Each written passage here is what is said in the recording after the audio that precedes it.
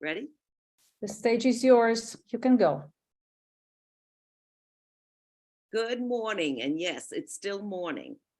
So I want to let you know you are in day 3 for the Americas, and we're happy to see you here. The first 2 segments, Jackie and her guests were absolutely incredible. So we had so many conversations here, and it's so great to see all the speakers are making impacts in the world. And this is Impact is for Everyone Global Conference. So I'm glad everyone is very engaged, and this is what we like for the community and globally. And I'm sure we're going to have a lot of connections just from the first 2 events. All right. So just to let you know some new people and guests that are here, the Impactful Women's Network is a global initiative designed to amplify the impact, not only for individuals, irrespective of their gender, race, and nationality, striving to make a difference through personal accountability. And we want to thrive, to take ownership and make an impact. We heard Dr. Gregory Spencer. Wow, what a story. I mean, if that doesn't get you, and Kurt, what he's doing, and a lot of the other women, unbelievable. So TIWN's vision is to create an inclusive, empowering, supportive community that bridges the borders and cultures and all the industries.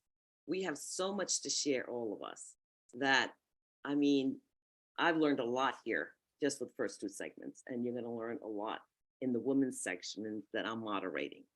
So the platform is not only for women, it's also for anyone that is here to make a difference and make an impact. And we're learning through all this, and that's what's great. So my name is Nancy Chin Wagner. I'm the national chairperson for the U.S. Council for Spirit of the Game Foundation and continental chairperson of onboarding in the Americas. We will be building TIWN here in the Americas. So if you are interested, please let us know. Jackie and Derek, the next moderator for business, are on the U.S. Council, as well as Manuela, and I'm also building more people to be on this. So we also need to build in a different city.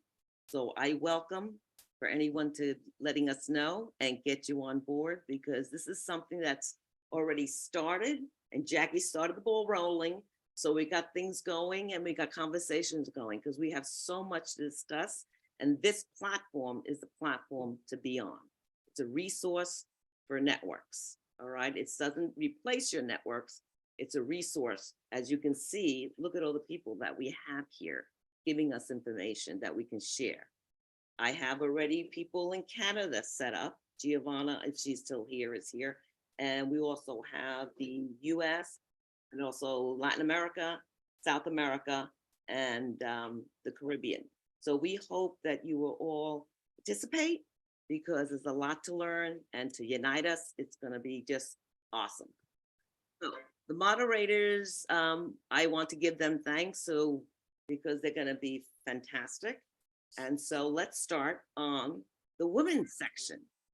Yay. So I wanna make sure that we have Sarah here. I know I got a few of my people. Did you? I think you have everybody. It looks like you Sarah have there? everybody. Sarah is here. Yeah, Oh, she's at there the you bottom. are. All Yeah, right. right at the bottom. all right. I got everybody in little thumbnails. I got to do the speaker section. Hi, Sarah. How are you? All right. I'm going to do this section's a little different. I'm actually going to give you a little bit bio of our speaker. Sarah Davison and Tracy, thank you so much for being a part of the women's issues. You are amazing. So whether Sarah is traveling the globe or nestled in the backyard of a home in Colorado with a Renaissance man of a husband and 2 beloved children, Sarah Davison Tracy is an impassioned human rights and advocate, an author, a speaker, and founder of her NGO, Seeds of Exchange, and Rooted and Beloved. Sarah seeks to ignite fierce love connection, and justice. So the people of the world are fueled by an unstoppable commitment to the well-being of one another. She believes with all her heart she's on a planet of love. To love God, to love her sisters and brothers, and to be loved and loved unabashedly and unequivocally. She's full of love. This lady is full of love, full of sharing, full of helping. And she's got a little presentation there, right, Sarah? Or you're going to be talking about the 4 Bs? I'm going to be talking about the 4 Bs. All right, you have the floor. Nancy, thank you. Community, thank you. This is an incredible honor to be a part of this global conversation. And I know that I am sitting among this beautiful tile of faces of people from around the world that are here to truly make a difference, to do what they can to be a part of change making together. So with the couple minutes I have, as I kind of sat and thought, what to talk about with people that are, as you say, Nancy, moving and shaking and truly making such a difference. I wanted to share these 4 Bs that Nancy kind of mentioned that I'll talk about in a moment that I believe light up the world. They have lit up my life. And the one thing I wanted to say about that is that we see it, we know it, we feel it. There is so much good in the world, and there is so much darkness. There is a lot of division. There is deep sorrow. There is deep overwhelm. There is deep suffering. And so I share that because I hope that fuels us to look at what is beckoning, what is breaking our hearts, and use that as a catalyst to say, how can I bring whatever gifts I have to bear in this place that is in need of some light and some love. So with that, I want to share just a glimpse of these 4 Bs. And the first B is living beloved, living this deep commitment that we are each loved or beloved. That I have a mentor, a teacher that talks about how each of us are surrounded by love as surely as water surrounds a fish. And I love that, especially in the moments that I don't feel particularly lovable or particularly, having that good sense of juju of being loved. I think, okay, I don't need to feel it. I'm going to trust it. I'm going to believe that it is there. And so these Bs are blessings, part blessing, part invitation, part nudge from my heart to yours. So this is the blessing for Be Loved. That's from one of my books that I wrote on my 40th birthday to myself, and that now I share with you. This is from my book, Soulfully Ablaze. So from my heart to yours. Do you hear it? No? Then I will whisper it. You are loved. Crazily, over the toply, fully. Always have been, always will be. Loved, celebrated, cherished, delighted in. You are loved. Be loved. Take it in. Inhale it. Let it take root, flourish. The courtroom, judgments and words of too much, not enough, good, bad, beautiful, ugly. It's adjourned, over, now, today, tomorrow, and the next day, all the days from now to infinity. So the first B, beloved, be loved. The second is belonging, be longing. And this is, again, part invitation, part blessing, part nudge, this sense of you belong. And what is it like to live this sense of, like, I belong here? And also this sense of we belong to each other. And what happens when that becomes part of our DNA, part of the sense of being this global human family of sisters and brothers that like a functional global family. I know all of us have some dysfunction in our own biological families, but this sense of being family, and my nudge here is what happens when causes, like the book that I just wrote about human trafficking last year, was fueled by this sense of a cause of human trafficking became profoundly personal for me when I became friends with 5 young women, 4 of whom were trafficked and rescued or escaped brothels in India. They became my friends, my sisters, and I the more I got to know them, I said, I have to do something. I have to be a part of bringing change, of shining a light, of telling this story. So my invitation was to write this book.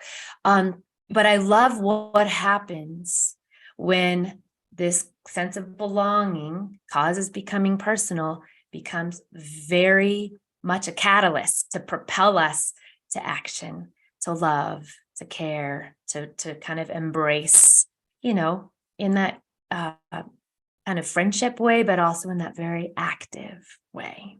Okay, that's the second B. The third B is be still. And I talk about this and write about this so much because I need it myself so much. I call these places of pause or pops. And my nudge here to all of us change makers and people that are up to some mighty things, we cannot, I believe, I've tried it and I have failed, do what we are called to do without rhythms and practices of taking a breath, of if we're praying folks or meditating folks, regularly taking that breath, saying that prayer, reading something that will remind us of what is true, taking some moments to write, reflect, ponder, dig deep into who we are, why we are here on the planet, finding deep wisdom, and doing that regularly throughout these full to the brim days. So take those moments, my friends, to be still, take those places of pause, take those deep breaths to dig into what you know is true about who you are and what you're here to do. And the fourth B is be love. This is the kind of ties the other B's of living beloved, belonging, being still, into this active way of serving our friends, our families locally, our global family. And I really do believe that when we do this, it does light up our life. We feel good. We do good. And again, when it's tied to this fuel, the sustainable fuel of these places of pause and being still, I believe we have fuel to do this work of justice, of caring for each other, and finding ways to collaborate, just like we're doing here today, Nancy. So thank you, my friends, for the invitation to share a little bit of these nuggets. I can't wait to hear what y'all are going to share with me. And let's light it up together.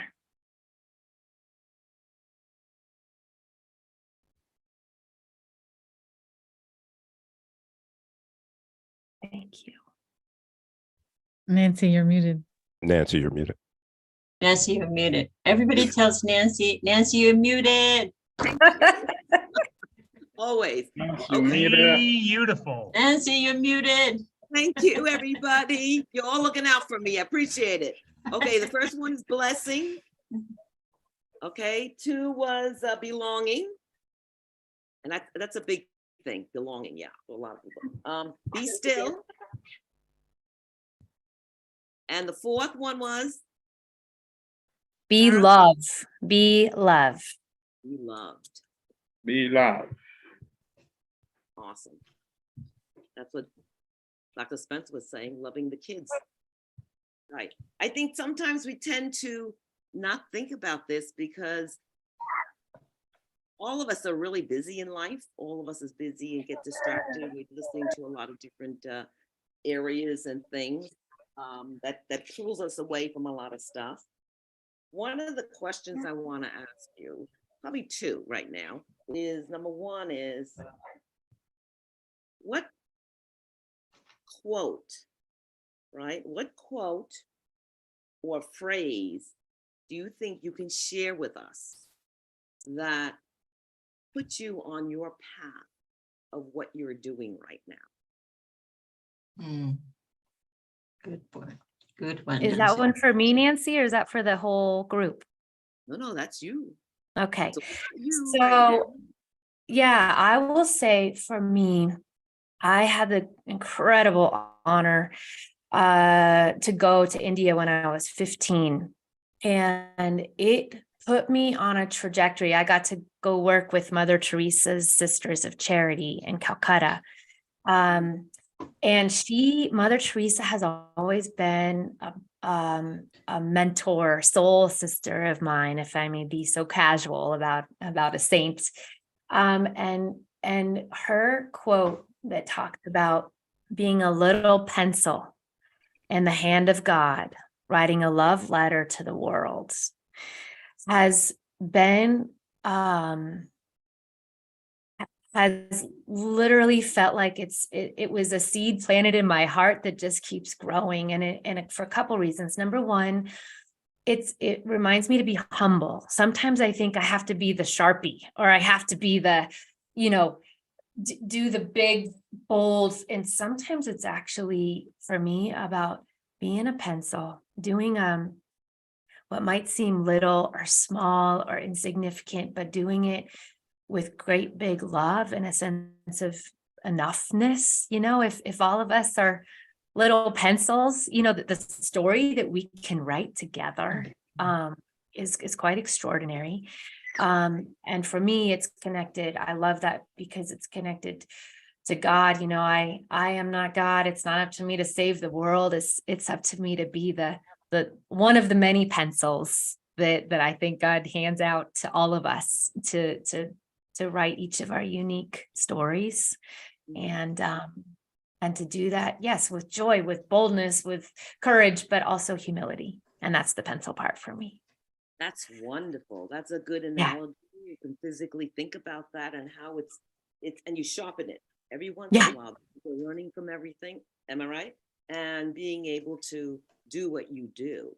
Can you give just like in a minute a little snapshot? Because that's what attracted to me, all right, of what you're doing with the people that you were doing with sex trafficking. Yeah. And everything. Yeah, You sure. give us that story and what you're doing when you're going to different areas talking about this. Sure. Yeah. So Seeds of Exchange is an organization that I started 18 years ago. And our mission is to make a difference locally and globally in tangible ways through storytelling, building community or connections, and giving. This idea that we all are philanthropists, whether we're billionaires or, everyday people that have a few bucks or a few minutes to spare in our everyday life, right? I think that's most of us. So how to use what we have to be generous and to give what we can. So one of the things that I love to do is to write books and to write stories. And I became friends about 15 years ago with an incredible community in Nepal that as we developed our friendship, they asked me to write what has become the first book published in English about their people group in Nepal called The Badi, B-A-D-I. And over 7 years, it was launched last year. I wrote this book and we published this book. And it's called No Longer Untouchable, a story of human trafficking, heroism, and hope.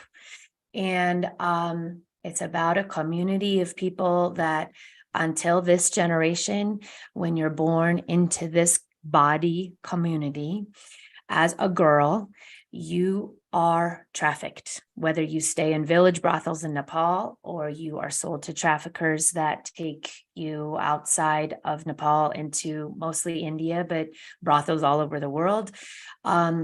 And so because this fierce group of young women asked me to help them write their story so that they could shine a light and raise their voices about what has been happening, it is happily happening less.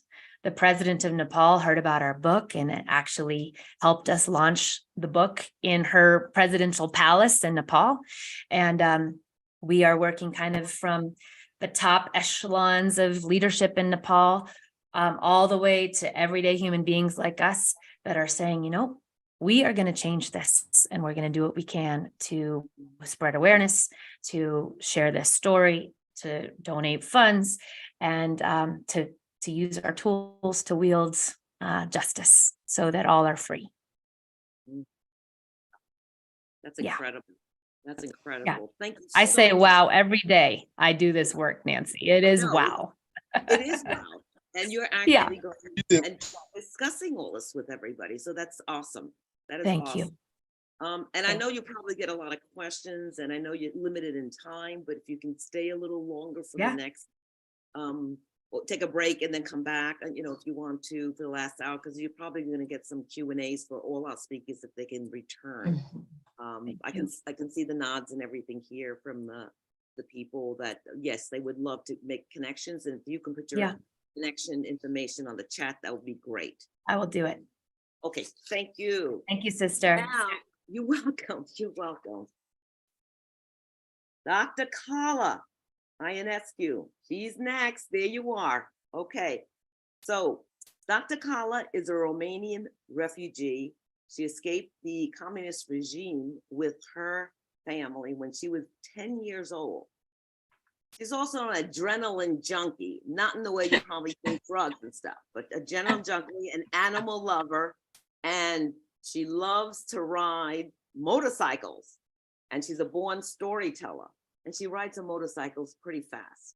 So, you know, she researches through archival, oh my God, I can't even say it, archival documents on the influential nature of Artemis, both in the Greek world and Ephesus. So it's all mythology, it's Greek, it's women during those times. And her work provides evidence that suggests that Artemis is the most prevalent and influential goddess of the Mediterranean. So we think about the women now, but you know, we've been around a long, long time. So it's good to see a perspective and how things change. And Carla will give us a little insight on what we can see here. Thank you, Carla. Thank you. Thank you, Nancy. Thank you. And hello, everyone. How are you? I did have some slides if you would like me to share. Let me see if I can share. 1 second. Yeah, I can. Perfect. So I put this QR code, hopefully it's coming up, on here that has all my information. So you can just hold your phone up to the screen if you would like. And this is the book that I wrote on Artemis recently. And so I asked myself, what can I talk about in like 10 minutes instead of a 3-hour lecture, you know? And so I thought the one thing that I could really talk about that has been coming up in a lot of conversations among classicists, among ancient historians, and among women's groups has been the concept of matriarchy. Yeah? And one of the things that has come up, so this book written by Heide Gother, who is a foundational scholar in matriarchy, one of the things that has come up is that matriarchy is not just a flip of patriarchy. And so if we're dealing with women's politics, what is maybe the best systems or structures to do so? And Heide Gother comes up with this beautiful theory. So I don't know if you've ever been to Jordan or been to any of the museums in Jordan, but all over the world, there are these archaeological pieces that are really basic. It's one stone or one block and 2 heads. And they've baffled archaeologists for a long time. At first, they thought it would be husband and wife, but of course, marriage was not a thing, you know, 5,000 years ago. And so they were like, what is it? What is it? They're sort of anthropomorphic. They don't have, and they're androgynous. And so a new theory has come up that these are actually mother and daughter. And it's based on the idea that, of course, prehistory, most cultures were running in sort of matrilineal, matriarchal ways or structures, and that mother to daughter is how, or sometimes shaman to student were passed information. And so this has sort of, you're all probably never heard of it, but this has blown up our ancient history discussions, because it then brings a lot of validation to Maria Gimbuta's work and other early archaeologists who would then ask, okay, so what is a matriarchy then? You know, what does it look like structurally? Does it mean that we just sort of, women now rule and men don't? What does it look like? And so I think it's very, very exciting to think about and to study how ancient political structures were run. And yes, they were run mainly by women, but men were not oppressed, and there was no like dismissal of, you know, gender was not such a issue, if I can use that word, in politics. And so I thought that it would be really interesting to talk about what a structure would look like. And it mainly looks collaborative in nature. It mainly looks circular in nature. That is, decisions are made circularly. Decisions include all of the community from what we know, and we're still learning. There is less of a hierarchy, much more of a platform structure. And so it seems to be something that I hope that we can incorporate in the future, in the sense of, as we are moving through this modern world and women are becoming more independent and becoming, I had a conversation with a friend yesterday that said, you know, you could really live a life just surrounded by women, because we are in every aspects of life. You know, you can, my friend has a construction company that is all women that comes to fix her house. And then you can have women lawyers, women dentists, women, I don't know, what, mechanics. So I thought to myself, that's really interesting, and sort of comes into the conversations that I've had about matriarchies. But the problem with us, because we've lived in this sort of very strict, rigid patriarchal structure in which one power is dominant and the other is submissive, it would be important for us to look back or look at other matriarchal societies and see how they incorporate everyone, so that there is no dominant gender or body or sex, that we can work collaboratively. And so there are, I just have two examples here. There are still matrilineal communities in the world. This one is the Mosua community in China. And really what this refers to, and this has been around for thousands and thousands of years, sorry, that's the source there, is that inheritance, learning is passed through the matrilineal line. So mother to daughter, mother to daughter, mother to daughter. And this is actually the way that originally inheritance and structure was passed down, either mother to daughter or mother to son. So it comes down through the matrilineal line. And that was because paternity was not important in early Neolithic and pre-Neolithic groups. Monogamy was not a thing. Of course, marriage was not a thing. You've all heard that story, that saying, it takes a village to raise a child. So, you know, women would have children with whoever they wanted, and then the mothers, the grandmothers, the sisters, and of course the men would help to raise those children without need of paternity.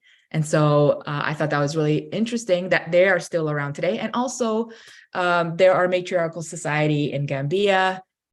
This is the source if you want to read more about this particular group.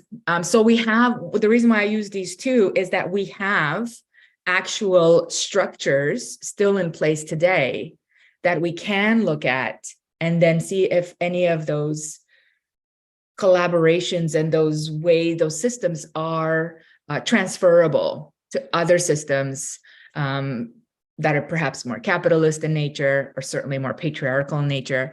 And again, in all of these communities, It's not about dominance and submission. It's very much about knowledge. It's very much about sort of passing knowledge, sharing, community responsibility. And this is what matriarchy is really about. So I guess my goal for today is to bring up this word matriarchy and make it more of a household terminology that does not imply that we just flip, oh, women are going to come to power and men are going to be dismissed. I just wanted to make it sort of normalize that actually it is a collaborative system.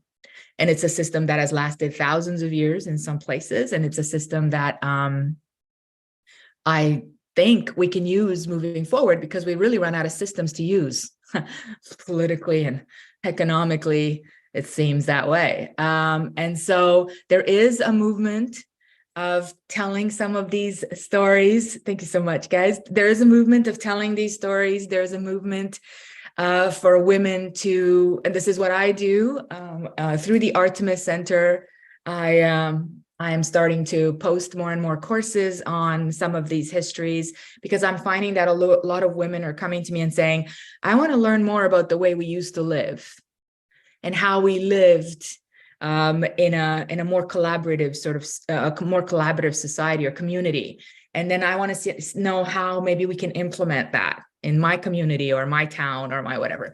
And I think that that is the true revolution moving forward. And probably, hopefully the most successful one, because it's not like a battle. It's not a war. We're not coming out to subjugate other people. It's actually an uplifting movement. So I'm very, very excited about that. Yeah, so that's my 5-10 minute talk there. Maybe I went a little bit fast. Sorry, Nancy. But I have the Goddess Project as my podcast. If you want to listen to more of this, I talk about lots of goddess things and symbols and women's things in the ancient and Neolithic world. So yeah, thank you so much for listening. Thank you, Dr. Carla. Well, this is the second time I'm listening. That's why I brought you back, because I just find a lot of this fascinating. And a lot of the speakers here, even from this morning, I mean, they're all ready to do like a whole hour because it's fascinating what they're working on and stuff and the projects that we probably don't even hear people getting into a lot of different projects that, you know, globally, I'm sure many people want to hear about it, you know. So and when they scan you over there on the QR code, would they be able to get your podcast or you want to write it on chat? I think they get all my information, but I can definitely post it in chat. So I'm going to throw you a question now really quickly. Yeah. All right. What challenge do you find when you are working on this project? Because you're teaching this in school too, right? Now you got the modern digital type young people that really don't know any of this matriarchal information or what's going on and how it was then. Do you find some challenges with the young people? So I find two things. The saddest thing is that young people don't know anything about it. Right? And so when I talk about matriarchies, first of all, they go, what is that? And then sometimes I go, oh, this is when women used to rule the world, you know? However, when I say that, what happens is there's sort of a, men and young men feel very dismissed. And so I always have to qualify it with, there are very different systems. And so then we break into matrilineal inheritance and communities that were built around matriarchy, their religion, their spirituality, the way that they, you know, had commerce, things like that. And then I find there's a lot of interest, and that's exciting. That's exciting because I think that we have a crisis among young men, you know, and I think that we have a whole generation of young women that are very certain and independent and want to do whatever they want. And so I think that there is this sort of question of like, what does this mean for relationships? What does this mean moving forward? What does this mean? How can we maintain a society that is warm and welcoming and loving, as Sarah said, you know, lots of love and joy, And yet there seems to be some tension between these two particular gender, you know, people who identify as male and female. And so I hope, and it feels like this is an option.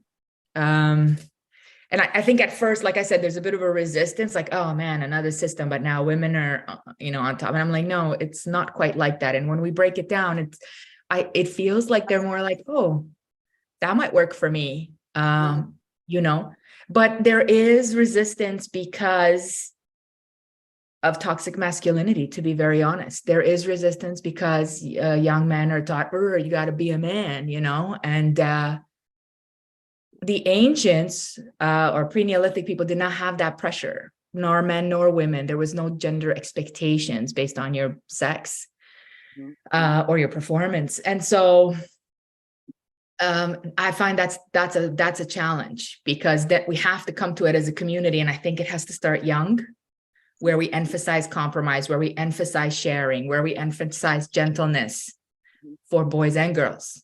And we stop with boys will be boys. It's the Yeah. youth. It's the youth Yeah. that's starting, or Dr. Spencer was talking about the children, you know. Yeah. Really Yeah. start. Our mindset needs to change and everything. Thank you so much. Thank you. Appreciate Thank you, guys. All right. Next up will be Tsunemi Rooney. And I know she's here. Yeah, there she is. Okay. All right. Tsunemi Rooney, she's a clinical director at Safe House Progressive Alliance for Nonviolence. That's SP as in Peter, AN. It's a human rights organization in Boulder, Colorado for the past 20 years. Tsunemi has supervised SPAN's counseling internship program, supporting and mentoring hundreds of budding counselors in their therapeutic journey. Wow. She provides extensive training specifically in strength-based, trauma-focused, and social justice counseling to train the counselors to aid survivors of domestic violence, a big issue globally. So in her work with SPAN staff and interns, Tsunemi uses her clinical approach that utilizes for understanding of decolonization, systems of oppression, intersectionality of identities, social and interpersonal power dynamics of those identities, and social locations and historical narratives embedded into a person, the community.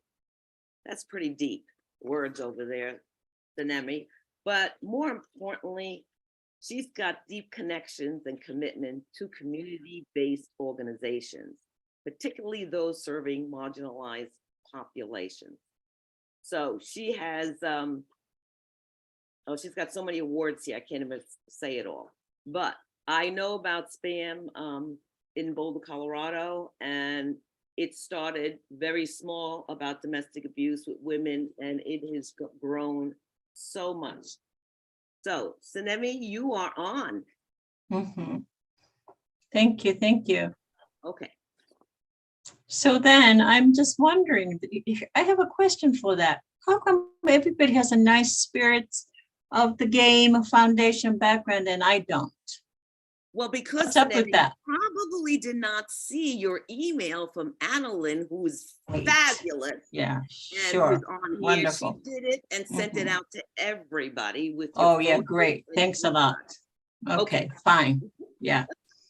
So anyway, I didn't get the memo. Good. So thank you, everyone. Just Carla, listening to you, I just have to start with this thing. Of course, I had to prepare my speech, but I'm going to have to say this.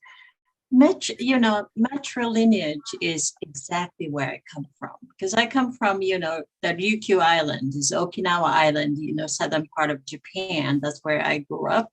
And I have been in this country for 32 years, immigrant. We are matrilineage, meaning that we are shamans, meaning that, all that the shamanic practice was only from mother to daughter to the first daughter to first daughter lineage. And then no male, identified gender would come close.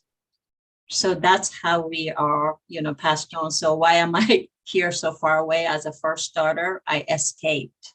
So then I came to this country, and then, so my, my family called me a, modern, shaman, because I am a therapist. So I'm doing modern form of, shamanic practice, basically, far from home. But this is, the lineage that we keep. So I really appreciate you talk about this. It really does exist. Mhm. Thank you so So- much. Mhm. And then maybe we talk more about it. And then I work at the Safe House. And then let me just talk a little bit about what this domestic violence organization is about. And I really want, in such a short time that we have, I want us to really just open up our mind and see what domestic violence is about. I mean, don't you see that if it's not happened to us, it happened to somebody that we know? And it's not really about what's domestic violence. Do I know what that is? Of course we do. It's a family violence. It's a child abuse. It's something that, happened to the cross-gender, non-gender, to the neighbors, to people that we know at the school, in the workplaces. It's about, let me just give you this. It's about somebody comes into and say, I have, 2 children, and then the violence is happening, but I cannot leave. So the first thing you're thinking is that maybe they have a mental health issue, maybe they have financial issue, maybe they have, love addiction issue, maybe they have all these thoughts that attach to this person. And then we have this idea that, they need to leave, right? That's so, why do they not leave? They have 2 young children. It's their responsibility to leave. Why don't they leave? What's the answer? Why don't they leave? What's the answer? Fear. Well, we often think about, well, they're emotionally dependent. Maybe they have resources. Yep, bingo. They don't have resources. What are the resources? 1 out of 2 people who are on the street, those individuals who are panhandling with a family, is because we ask them to leave. And then women will say, I say women, then it's not just women, right? It's a cross-gender, cross-no gender. They're all victims of domestic violence, and you know that. And then we ask them to leave, they leave. The housing is one of the biggest issue in this country. They have no place to go. So then we ask them to leave, and then they will say, I will not leave. And then we say, you have 2 children. How in the world you are going to protect your children when abuse is happening to you and the children are witnessing? They're afraid. And then they said, I'm still not leaving. Why is that? What's your answer to that? Why are they not still leaving? Why is that? We are frustrated why they're not leaving. Of course, because there's no home, there's no places. By then, they're social emotionally, they are disconnected by friends, by family, because everybody's impacted. Because legal system is not going to help you. If the child custody issue happened, 50-50%, that's that, child custody. And this woman would say, God forbid, while the children are with their other parent, I will be so scared what might be happening. I'd rather keep them. So I'm not going to have them go. So I'd rather stay. That's what they say. That's a strength-based, right? And then I don't have a job. That's a strength-based. I'm going to stay, keep an eye. And the legal system is not friendly to females, and you know it. The legal system is one of the oldest system in this country. It's very patriarchal, and you know it. So all these good reasons, these women say, I will stay. And then oftentimes the victims leave and they will come back because of those reasons multiple times. That's what happens. So what does it mean for us working in this community, in these organizations with domestic violence? So it's not about how we are going to assist them to leave. That's not the focus. Then what is the focus? What are we supposed to do? We can say to victims, alleged survivors, you need to be strong and get out. That's not what we are supposed to do. We are supposed to meet clients where they are at. We are supposed to work with them. And then we are supposed to help. Help is maybe not the word. We're supposed to be with them and then provide skills and resources. The minute they walk into our organization, what we are thinking is what? The best way for them to survive in the community, not in our organization. Our clients are not our best kept secret. The minute they walk in, we are trying to work skills and educations and the resources and how quickly that we are trying to connect with them. So then our work is called advocacy, not healing. We don't heal people.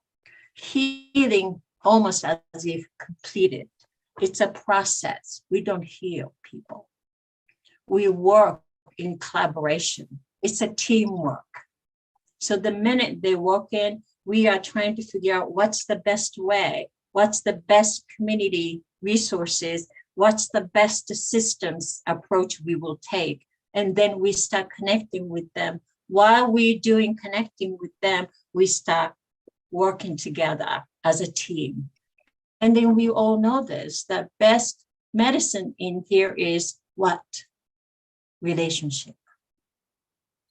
How well we work together.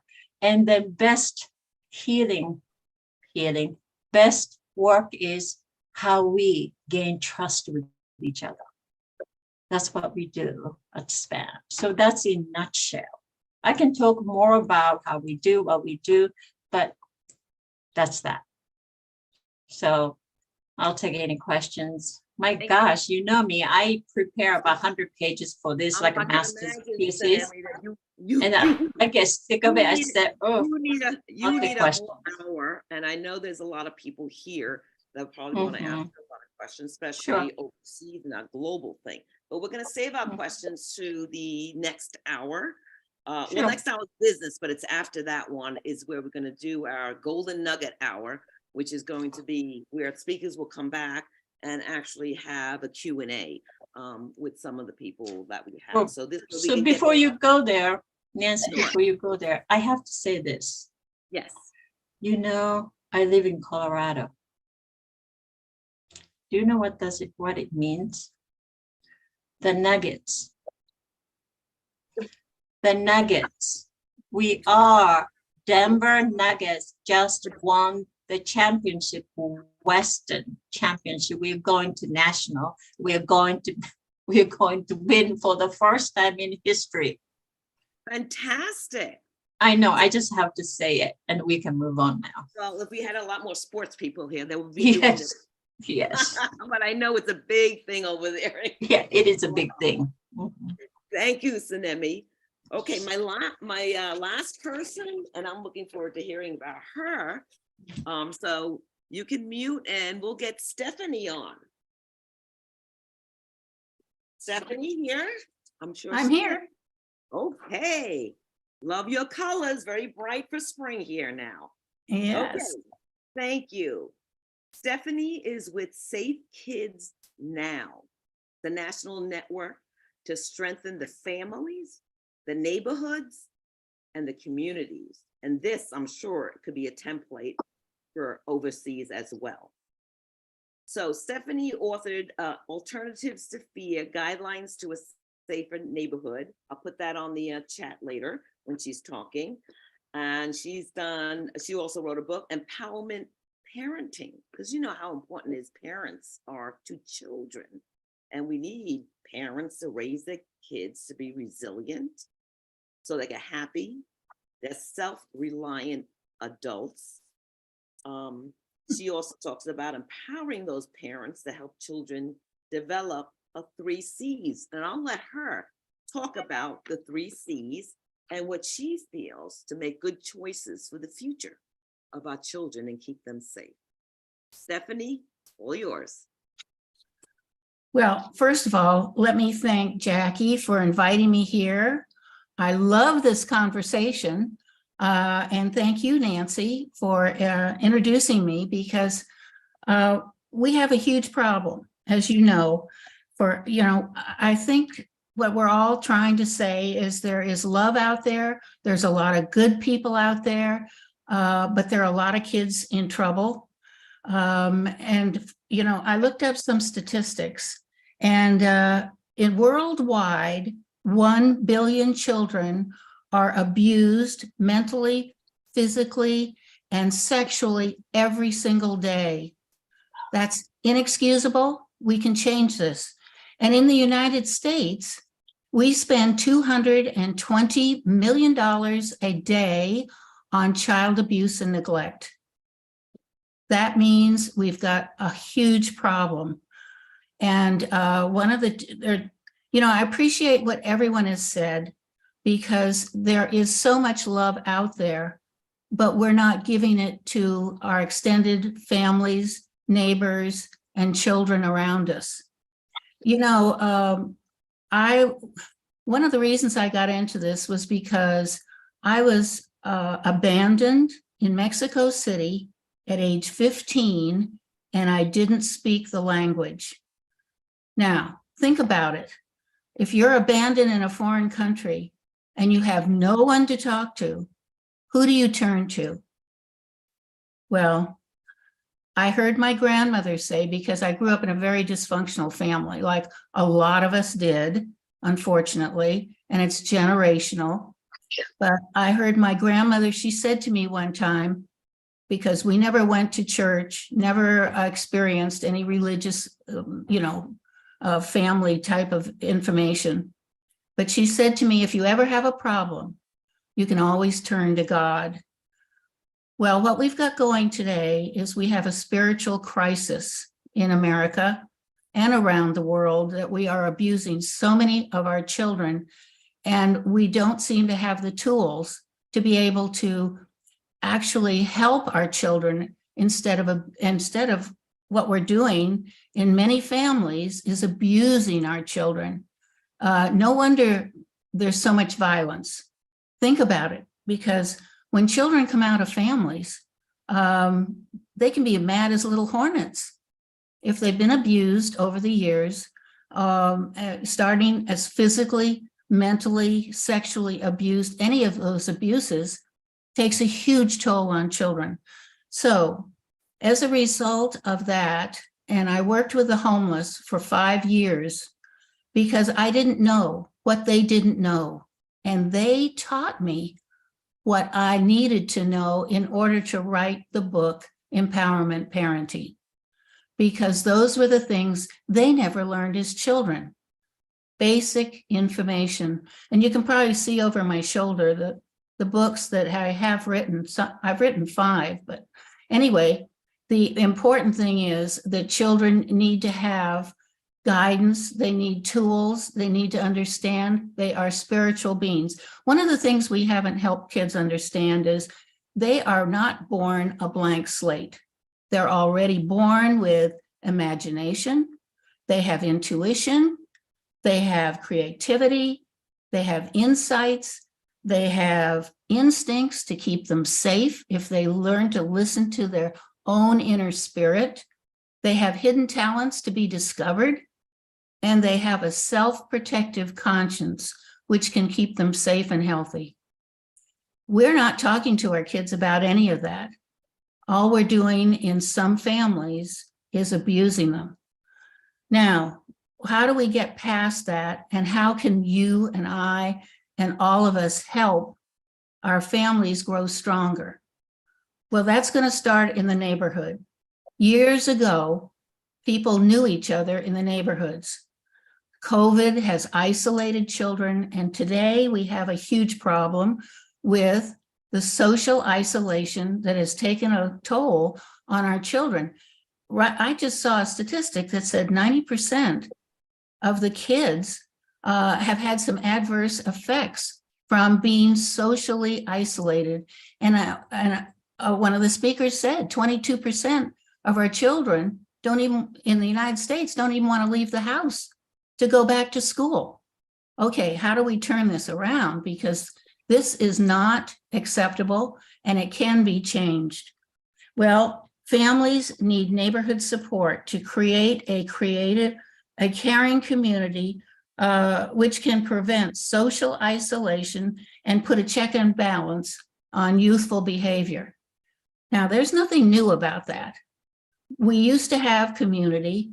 We need to bring back community in our neighborhoods and our cities. What you're seeing when you see children looting and when you see people actually setting fires, young people setting fires, they're very angry and they want community, whether we hear them or not. They want a sense of community. They want people that care about them. Now, how do we make that happen? Because there's so much fear going on between neighbors. They don't have the trust that they used to have. So I would suggest, and this is something to consider, that we should have neighborhood safety experts that look like the community, that speak the language of the community, and they be trained and hired and bring these neighborhoods together.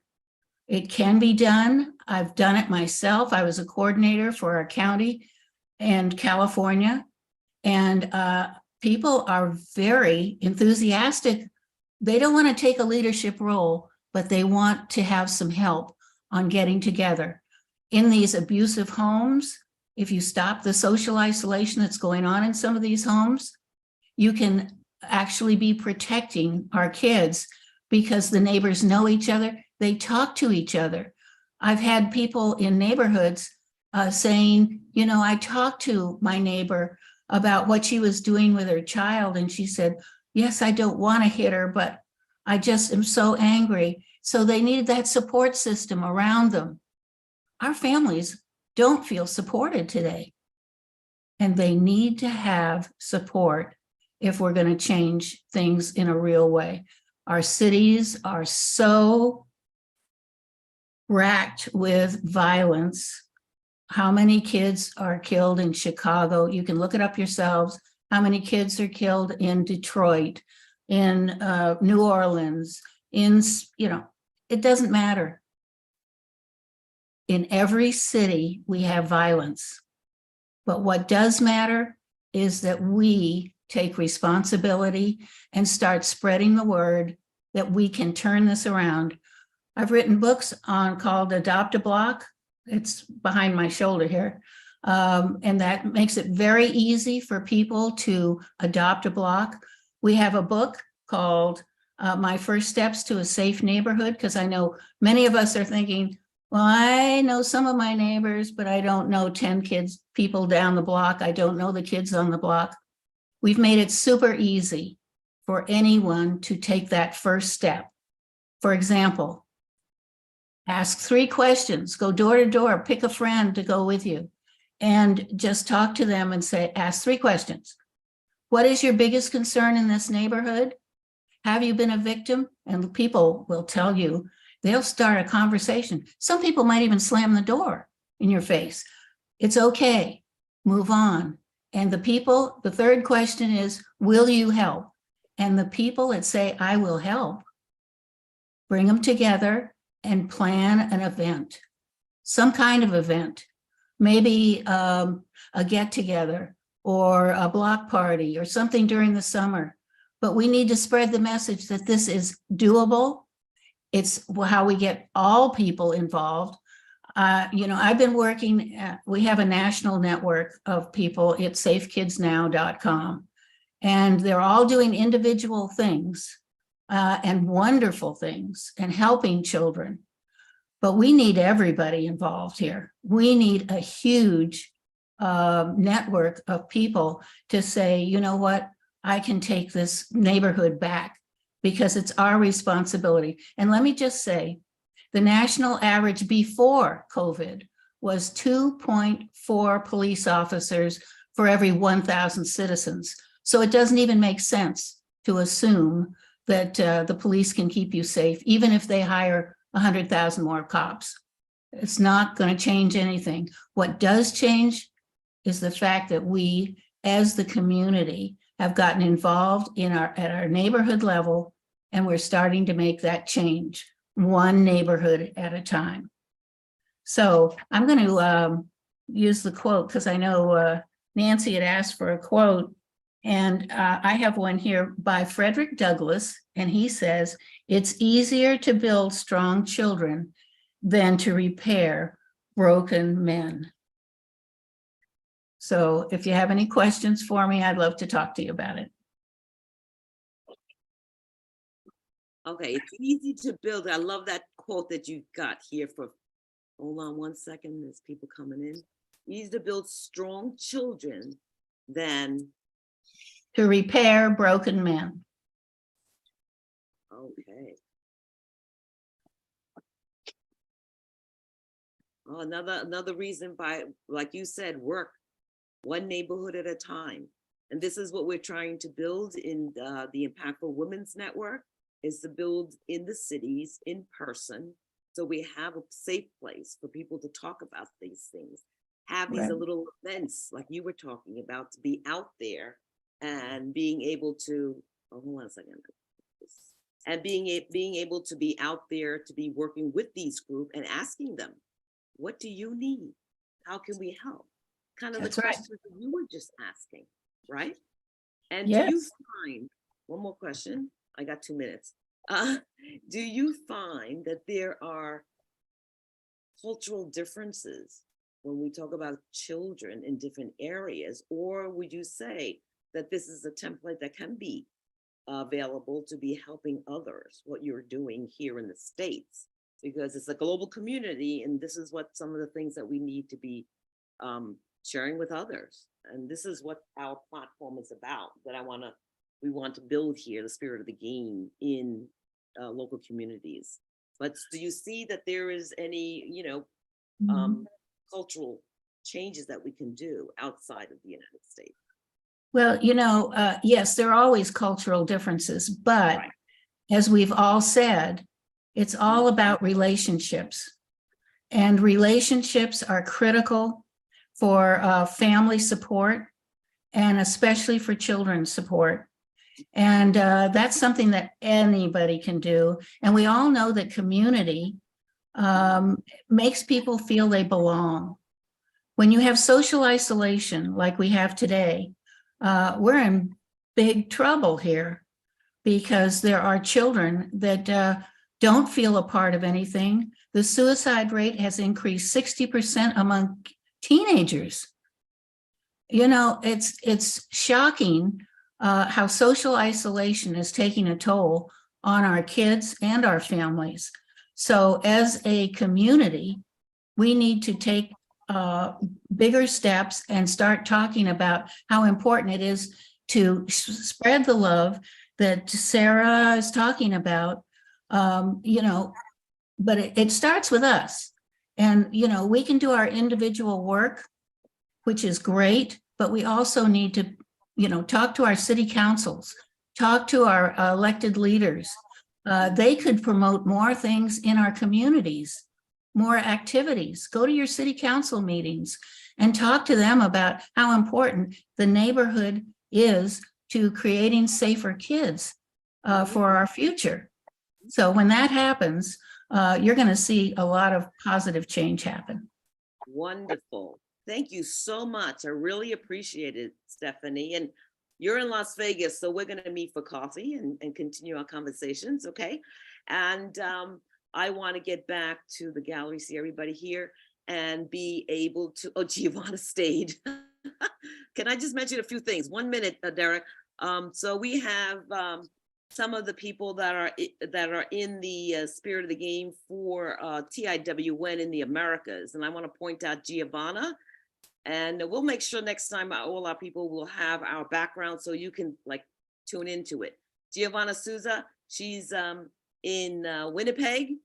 She's one of our regional directors there. And she's got Vasha, I think, is on.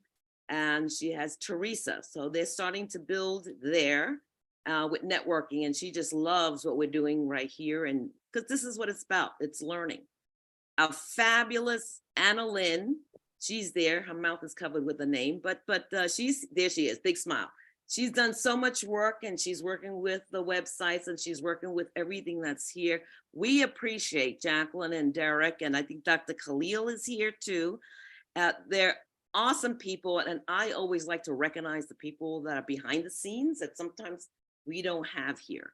And so I'm going to shut my mouth now, and I know there's probably others here, and I'm probably missing a few. But the thing is, I really thank all the speakers who are here, and we will contact you for the future because I think whatever you're doing and to make an impact in society, we need to hear more about it. And I want to thank Rob for being here the whole couple of hours. Thank you so much, and we're going to get in touch again. So I'm going to pass it to our wonderful Derek Jackson. Nancy, I'm going to reach in there and snag the baton for a second. We do not have paid yes. sponsors for this event, so we are our own sponsors. And what I mean by that is simply that we want to also make sure you all understand what we're up to. We're bringing in a lot of experts talking about what they're doing. And in many cases, these are people that we are working on partnerships with, or organizations that we're working on partnerships with. But we also want to make sure that everybody kind of understands what Spirit of the Game actually is, because a lot of people get confused. And one of those surveys I mentioned is specifically about that. Anybody who is at all confused about Spirit of the Game, please take one of those that survey on the Engage page. But I just wanted to quickly give a couple of updates, and with the transition into business, because we have quite a few different impactful networks that we are developing. We started with the Women's Network first last fall, because we've just learned from past experience, if you don't give women a head start, a chance to get established first, it's far too often for some of the situations to be left behind as you're building it. So we built the Impactful Women's Network. There's still a lot of room to go, but we're all now in the midst of launching the Impactful Business Network. And there's about 40% overlap between the two. But we also have the Impactful Art Network and the Impactful Students Network and the Impactful Teachers Network. All of these are in various stages of development. So what we really just want to make sure is you understand what we're talking about when we talk about an impactful network, whatever the word in the middle is. So each of these networks will eventually be comprised of the following 5 elements, but the starting point is going to vary a lot from network to network. So every one of our impactful networks will eventually have its own dedicated online community with its own online events, online courses that also will be developed in in-person workshops, and then local chapters with conferences and retreats. And another element here is we also are working on a lot of corporate and small business and even NGO coaching that we see as the unique selling point, that when we go in and run a coaching session with any type of organization, or if any of you here in the audience who are coaches who are going to get cross-trained as a Spirit of the Game coach, you will be able then to offer this to your clients, that your effect doesn't disappear when you walk back out the door.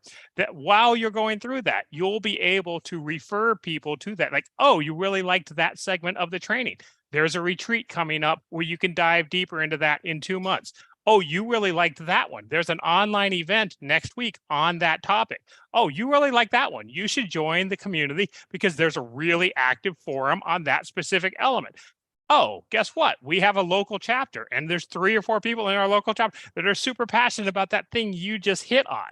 So all of these different elements, or again, of course, you really liked this, we highly recommend you check out this course that we developed, or the course we recommend from our experts network. So all of these different elements, because again, at the end of the day, we believe that if we're going to right the ship, if we're going to get society headed back in that direction where we stop competing and we start collaborating and we stop working for money and we create the new definition of success based on how many people can you help, then we all have to get involved. That's why the name of this conference, Impact is for everyone, regardless of where you are in life. We have a lot of people right now that have already stepped out of their comfort zone and gotten engaged. We need to get everybody doing that from every sector of society. And to do that, very difficult as an individual if you're not in an impactful sector. We want to give you all of these tools and resources so you can stay on track, so you can go out there and truly not just go from a 0 to a 1, meaning having some impact, but go from a 1 to 100, impactful, literally being full of impact. In other words, having maximized your potential impact on society. So again, all of our pages, we have these brand new buttons here at the top. Subscribe to our newsletters, donate to help and support and grow our nonprofit network, volunteer with us, even if you only have 2 or 3 hours a week, or just engage, take one of our surveys, give us some feedback, and there's some great prizes you can win through that. I will go ahead and stop here so we can change over the recording, and we'll turn the floor over to Derek at the start of the next hour. Thank you all very much for participating, and big thanks to all of our speakers and the audience, of course. Julius, are you on YouTube now?